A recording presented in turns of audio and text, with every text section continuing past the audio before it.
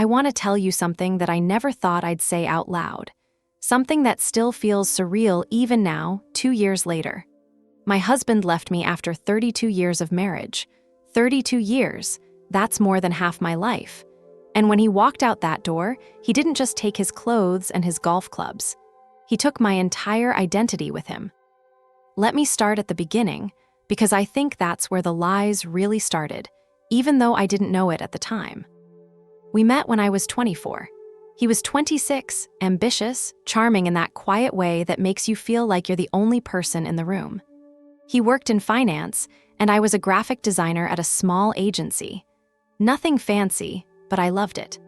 I loved the freedom of creating something from nothing, the late nights with my portfolio spread across my tiny apartment floor, dreaming about where my career could go. He proposed after 8 months. Looking back now, I can see how fast it all happened. But back then it felt like destiny.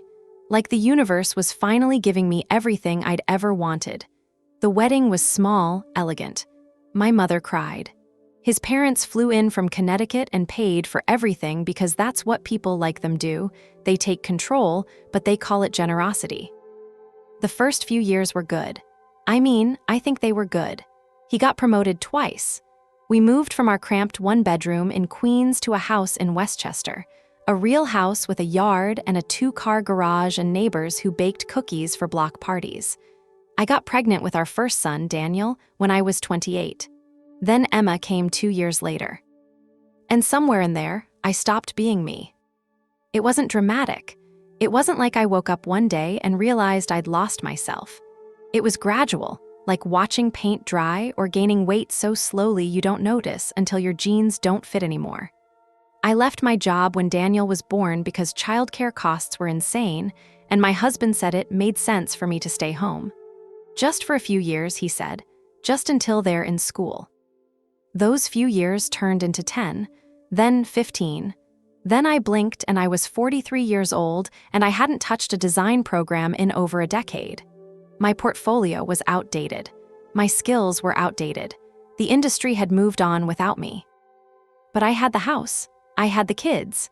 I had the marriage that everyone envied. Perfect husband, perfect children, perfect life in the perfect suburb. I hosted dinner parties. I volunteered at the school. I went to yoga on Tuesdays and book club on Thursdays, and I smiled so much my face hurt. My husband, let's call him David because that's his name, and honestly, I'm done protecting him. David was busy, always busy. Finance is demanding, I told myself. He's providing for us. He's building our future. When he came home at 9, 10, 11 at night, I had dinner waiting. When he spent Saturdays at the office, I took the kids to soccer and swim lessons alone. When he started going on business trips that lasted 4 or 5 days, I managed everything. The house, the kids, the bills he'd leave on the counter for me to organize, the social calendar, the maintenance appointments, the parent-teacher conferences. I became the manager of our life while he became distant. Sex stopped when I was around 48, not all at once, but gradually. Once a month became once every few months became almost never. When I tried to talk about it, he'd say he was stressed, tired, work was brutal. And I believed him because what else was I supposed to do? Accuse my husband of not wanting me? That felt pathetic. So I buried it. I buried a lot of things. The kids left for college. Daniel went to Boston University.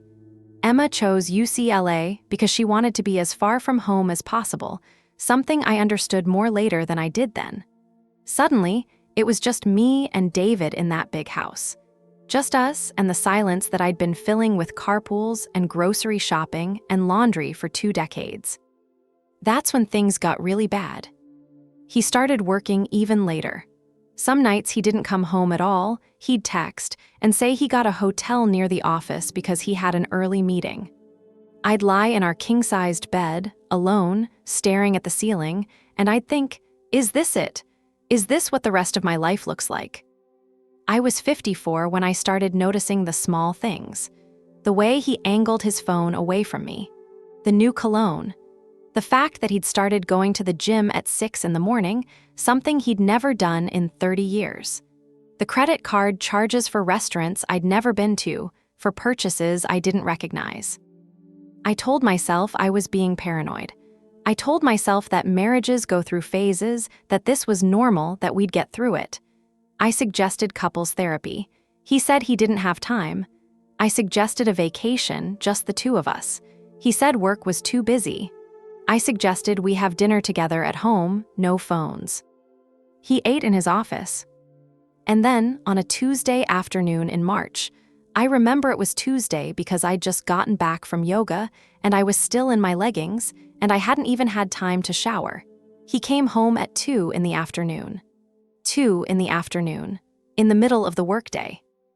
I was in the kitchen and I heard his car in the driveway and my first thought was that something terrible had happened. Someone died. He got fired. There was an accident. He walked in through the garage door, still in his suit, his face pale, and said in this expression I'd never seen before. Determined. Cold. "We need to talk," he said. My stomach dropped. I actually felt it, this physical sensation of my organs rearranging themselves, preparing for impact. We sat at the kitchen table. The same table where we'd had thousands of meals, where the kids had done their homework, where we'd hosted Thanksgiving and Christmas and birthday parties. He sat across from me, wouldn't look me in the eye, and he said, "I'm not happy. I haven't been happy for a long time." I remember my first response was relief. Relief, because I thought, okay, he's unhappy, we can fix this. We can go to therapy, we can reconnect, we can work on this. Marriages take work, right? That's what everyone says. "Okay," I said. "Let's talk about it. Let's figure out what we need to do to." "I'm leaving," he interrupted. The world tilted. I'm not being dramatic. The room actually tilted, and I had to grip the edge of the table to steady myself. "What?" "I'm leaving. I've already talked to a lawyer. I'm moving out this weekend." This weekend, he'd already made plans. He'd already talked to a lawyer. This wasn't a conversation. This was a notification. "David, what are you talking about? We can fix this. Whatever's wrong, we can." "There's someone else." I want you to understand something about that moment. It's like every terrible cliche you've ever heard became real all at once. Time stopped. My ears rang. I couldn't breathe. I literally could not get air into my lungs. "How long?" I heard myself ask. 2 years. 2 years? While I was taking care of his house, his life, our children.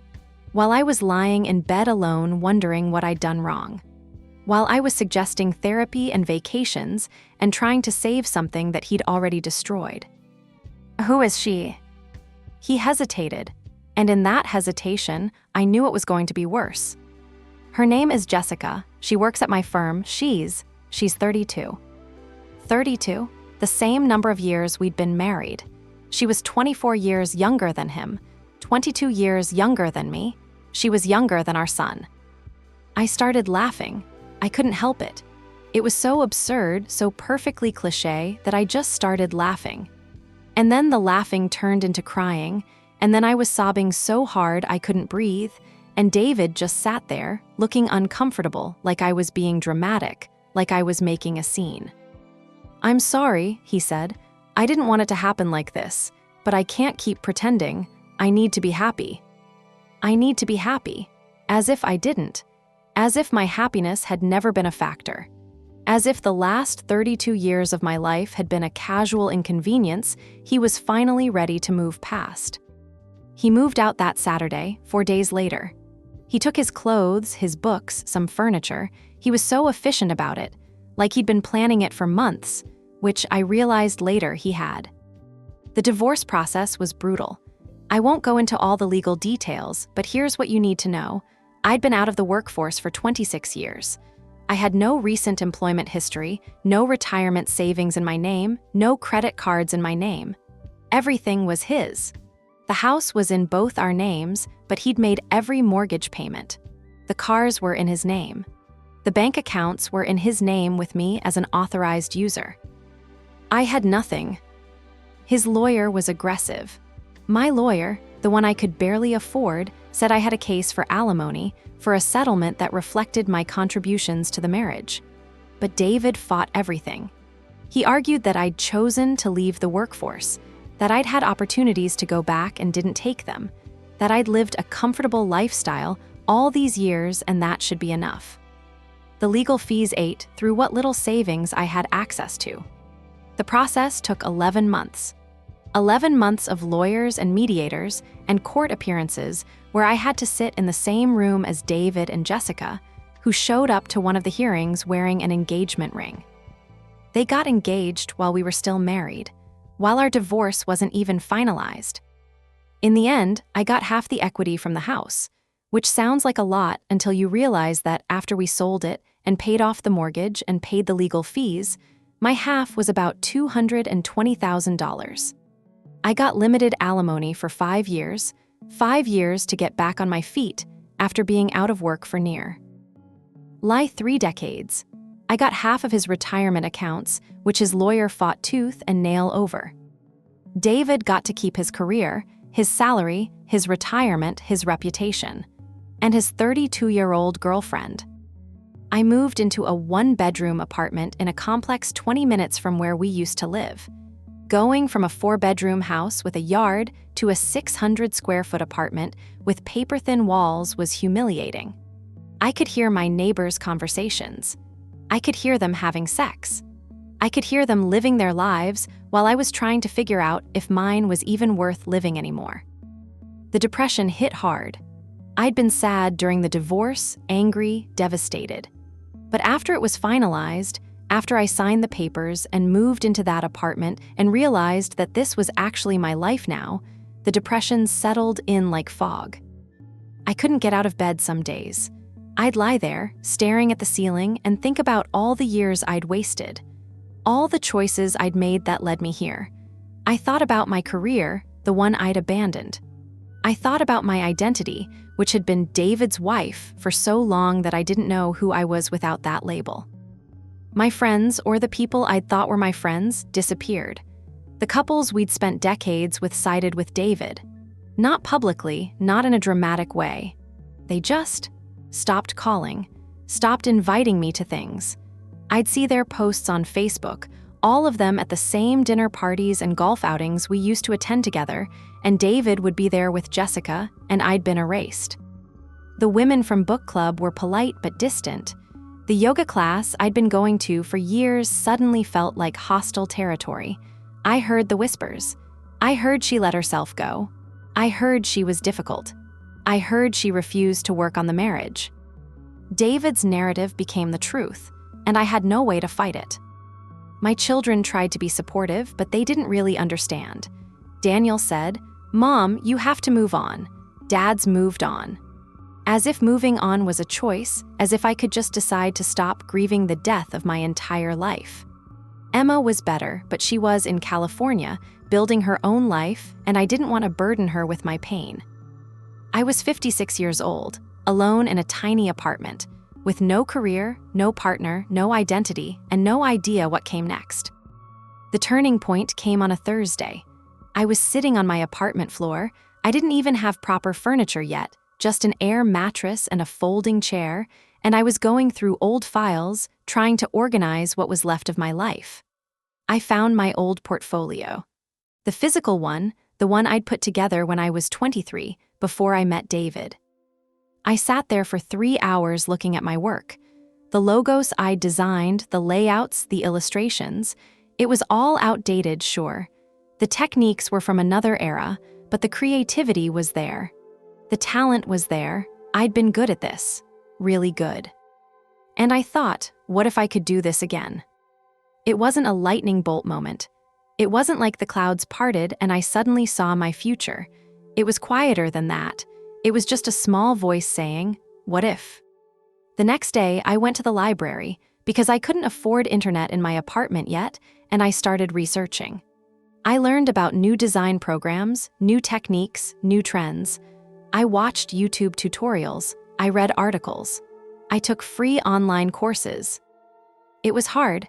My brain felt slow, like I was trying to learn a foreign language after decades of not speaking it.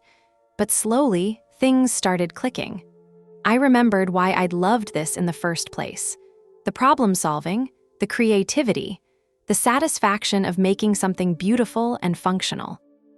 I used $2,000 of my settlement money I should have been saving, to buy a used laptop and subscribe to Adobe Creative Cloud.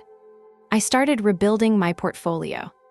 I took on small projects on Fiverr and Upwork for almost nothing, just to get experience, to get current work samples. I made $60 my first month. $60 for probably 80 hours of work, but it was my $60. I'd earned it. For the first time in 30 years, I'd earned money with my own skills, my own labor. I also started going to yoga again. Not the fancy studio where I used to go with the book club women. A different place, a donation-based community center where no one knew me or my story. The instructor was this young woman, maybe 30, and she talked about yoga as a practice of coming home to yourself, of learning to be present in your own body, your own life, without judgment. I cried through most of those early classes, just quietly, tears rolling down my face while I was in child's pose or savasana. No one said anything. No one stared. We were all there doing our own work. I opened my first bank account in my own name, just mine, not joint, not authorized user. Mine. The bank representative probably thought I was crazy because I got emotional signing the papers, but I didn't care. It was mine. Slowly, so slowly I barely noticed it was happening, I started feeling like a person again. Not David's wife. Not Daniel and Emma's mother. Just me. The business started growing. I specialized in branding for small businesses and nonprofits, organizations that didn't have huge budgets but needed professional work. I charged fair rates, not bargain basement prices, and I was good at what I did. Really good. Word spread. I got referrals. I raised my rates. A year after the divorce was finalized, I was making enough to cover my expenses and save a little. Not a lot, but enough that I didn't wake up every morning in a panic about money. I also started making new friends. Real friends. Women who knew me as I was now, not as I used to be. Women who were rebuilding their own lives after divorces, after career changes, after their own catastrophes. We'd meet for coffee or cheap wine, and we'd talk about the hard stuff without judgment, without competition. One of them, Sarah, said something that stuck with me. We were sitting in her kitchen, and I was talking about how lonely I was, how hard it was to be alone after 32 years of never being alone. She said, "You're not lonely. You're alone. There's a difference.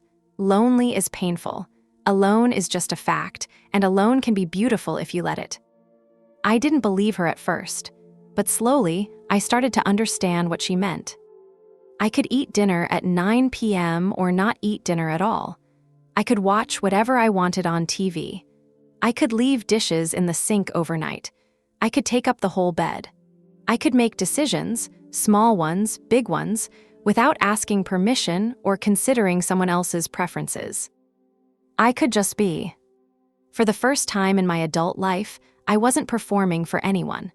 I wasn't managing anyone's expectations or emotions. I wasn't trying to be the perfect wife or the perfect mother or the perfect neighbor. I was just me, figuring out who that even was. The anger at David faded eventually. Not completely, I don't think it ever will completely, but it stopped consuming me. I stopped checking his social media. I stopped asking the kids about him. I stopped crafting imaginary conversations where I told him exactly what I thought of him.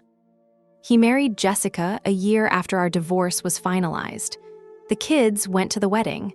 I told them it was fine, that I wanted them to have a relationship with their father, and I meant it, sort of.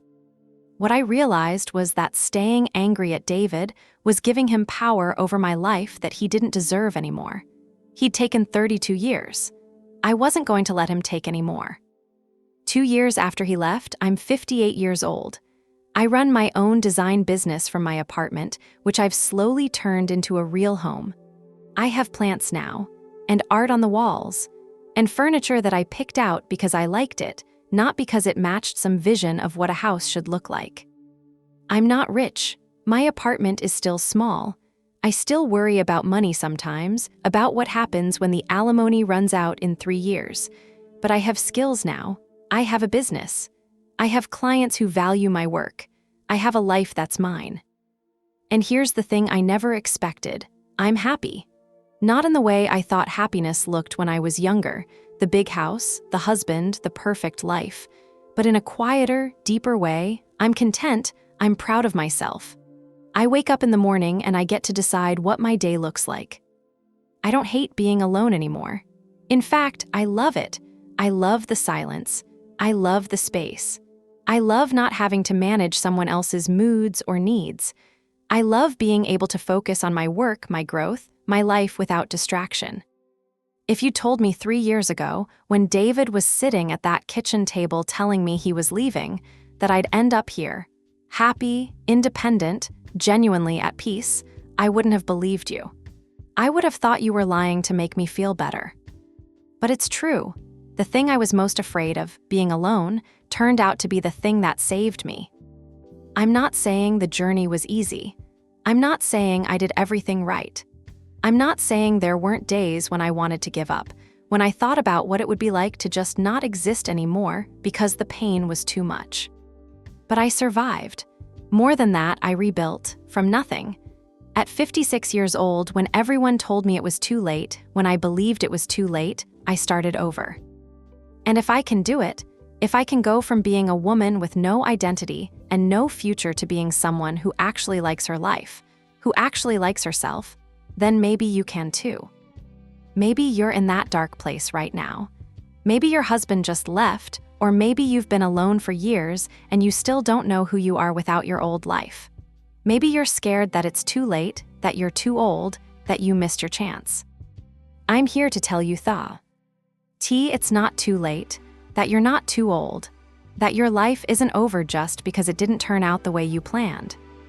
The truth is, my life is better now than it was when I had the house and the husband and the perfect suburban existence. Because that life was a lie. It was a performance. And I was so busy performing that I forgot I was supposed to be living. Now I'm living, really living, and it's messy and imperfect and sometimes scary. But it's mine, all mine. And freedom, I've learned, doesn't look like what I thought it would. It doesn't look like the movies or the Instagram posts or the stories we tell ourselves about what a successful life should be. Freedom looks like a small apartment with plants in the window. It looks like a laptop on a second-hand desk and a portfolio of work you're proud of. It looks like coffee with friends who see you for who you really are. It looks like going to bed at night and not dreading the next day. Freedom looks like being alone and realizing that alone is not the same as lonely. Freedom looks like being 58 years old and finally knowing who you are.